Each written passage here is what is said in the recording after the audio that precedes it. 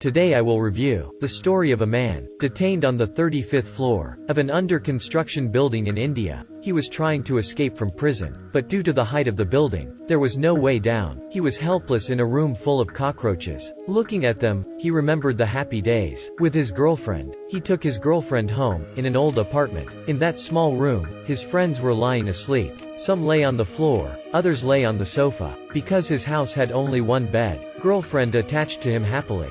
Thus, only because this house was small, and there were many men, she got annoyed, no longer interested in him. Sorry, your house is too small. This poor worker tried to persuade his girlfriend, because that's all I can do. I will try to give you a better life. However, the girlfriend was irritated. She couldn't wait for him. I have to listen to my parents' arrangements. Have to marry other man. He was sad. Still tried to persuade his girlfriend. He had no money but wanted to hold her back. He looked for black market renters. The other man gave the key to him. He stood underneath an uncompleted building, looked up at the floor where he would live. He had to live on the 35th floor of the uncompleted building, yet he lived in so high. The morning of the first day, he opened the door to examine. Hadn't seen all of the room. The door suddenly closed automatically. He was locked, unable to open the door. The key was outside. He hadn't told his girlfriend this good news yet. He hastily opened drawers to look for the spare key to open the door, but found nothing. He used the available tools in the room, in the hope of breaking it, but his anger reached its limit. When all of them couldn't open that bizarre door, he angrily kicked it hard several times. But the door, once closed, couldn't be opened. He used all his strength again, but the door was like a thick steel, and hard to smash. He got panic, took the phone.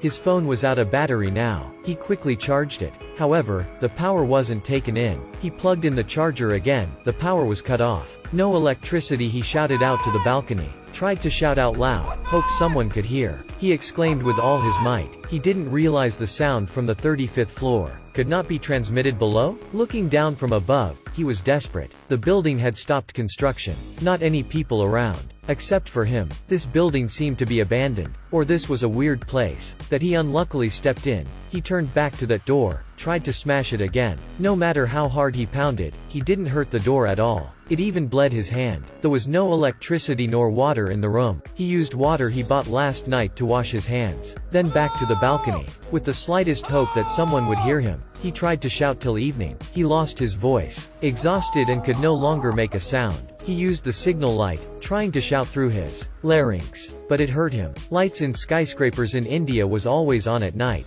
Even if they saw his lights, they didn't pay attention to. The second day he woke up, he frantically ran to the toilet. The remaining bottle had been spilled, not a single drop left. Yesterday he forgot to close the bottle. He continued trying to open the door, hitting the lock with the plier. Tried to pull the door but still failed. He threw the television down on the balcony. But the person below was an old man, listening to the radio. He looked everywhere in the house, found some parchment. He tore it off, right on the paper by his toothpaste. 35th floor, save me. He threw it down. Parchment fell onto the roof. He wrote another one and threw it down. It crashed onto the rooftop of another building. Now his toothpaste was run out off. Paint was no longer available. He had to tear the wound before. Used blood to write. 35th floor, ask for help. He threw it down again, in the hope that the paper will fall to the ground this time. Finally it fell to people's houses. He happily waited until someone saw him. It got darker rapidly. There was a girl picking up clothes, but she did not see that request for help. Waiting until night,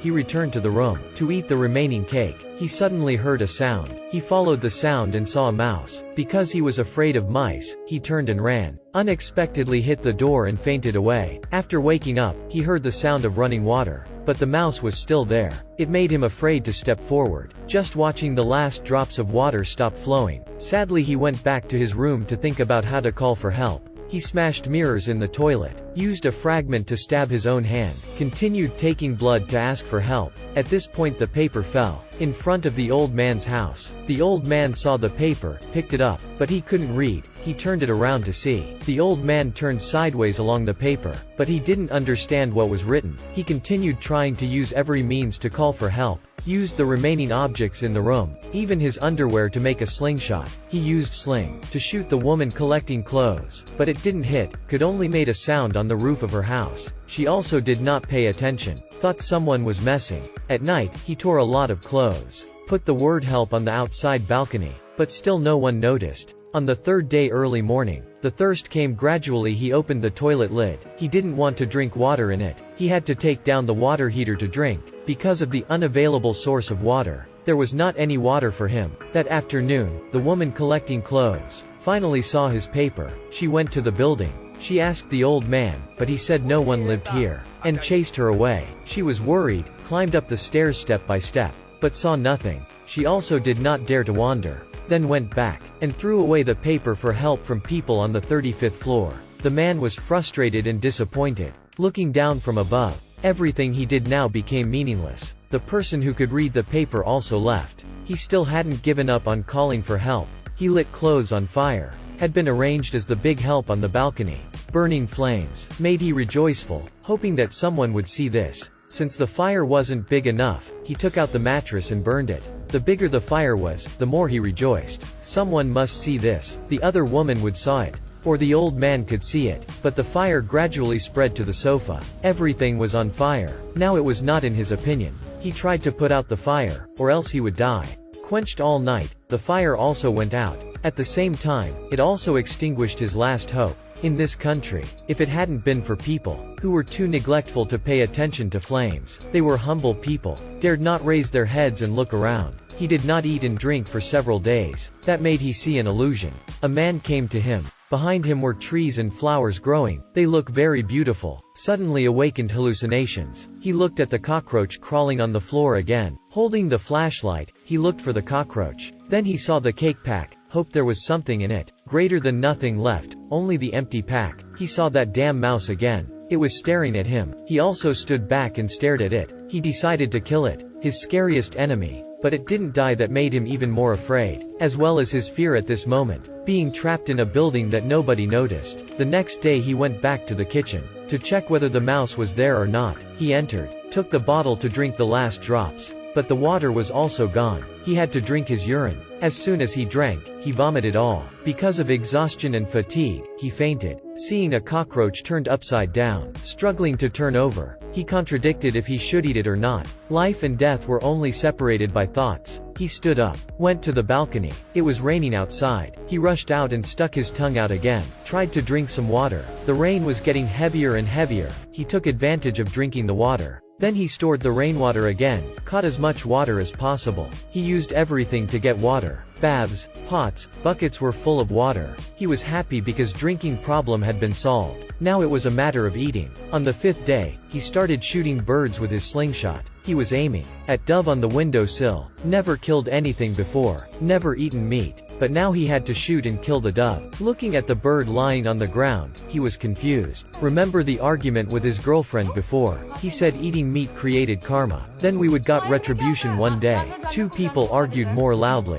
He had never thought vegetarians like him was like this now. As steadfast vegetarianism as he was, when driven to the edge of surviving, he would have to peeling the dove's skin. Just peeling and praying for it to forgive him. Then he lit a fire to roast the bird. He also had a dinner to survive. He laid the bird on the table next to the chair, just left for a while. The dove was eaten by the mouse. He was angry. The first time he rushed in to chase the mouse. Finally he caught it. He was bitten but still smashed it to the ground. Then he ate the remaining dirty meat. He hadn't eaten meat in his whole life, so he ate small pieces. In the front was the other mouse, locked in a cage. Although he hated it, he didn't dare eat. He considered it his only friend in this lonely moment. Human heart was so strange. On the 6th day, he took the mirror piece downstairs. Through the mirror he saw downstairs. It turned out the 30th floor had no handrail. He knew that if he wanted to go out, he needed to get down there. The war for survival and escape begun. He tied the bracket to his head and headed to the balcony. Continued to stare at birds. He caught the ant to put in his mouth.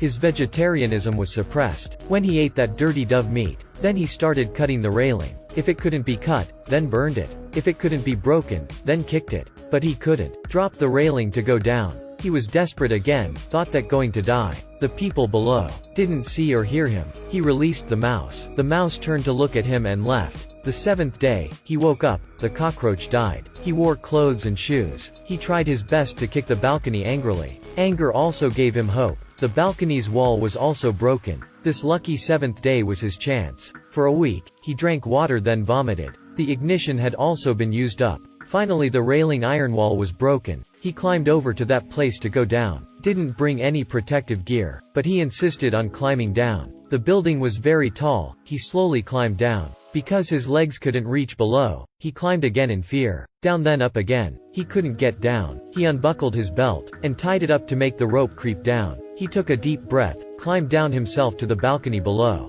He was hovering in the air, trying to reach his feet for a place to put, tried to reach. His legs could also touch the iron wall downstairs. But this floor had no balcony floor. He could only move little by little through it. Kept calm, breathing was what he needed most at the moment. He walked slowly without looking down, because at this height it would make him even more afraid. Finally he came, gradually climbed down slowly. When he went to the balcony door, he tried to open the door, but it was locked. He used his foot again. This time the balcony door was broken. He stumbled to enter the room because he was too tired. He hoped this door wasn't locked. Greater than he opened the door, it was true that the door of this room was not locked. There wasn't electricity, so the lift wasn't working. He went down on foot. The more you walked, the more unstable. He was locked up for several days. He was exhausted, extremely stressed. His body seemed lifeless. Finally he went down to the first floor. He passed that damn old guard. He was too tired to scold. He just walked away. Because the harness was used as a vines, his pants slipped off. He didn't pay attention to the old man. He slowly pulled up his pants. After a few days, his girlfriend knew what he experienced. She visited him at hospital. Long time not seeing her.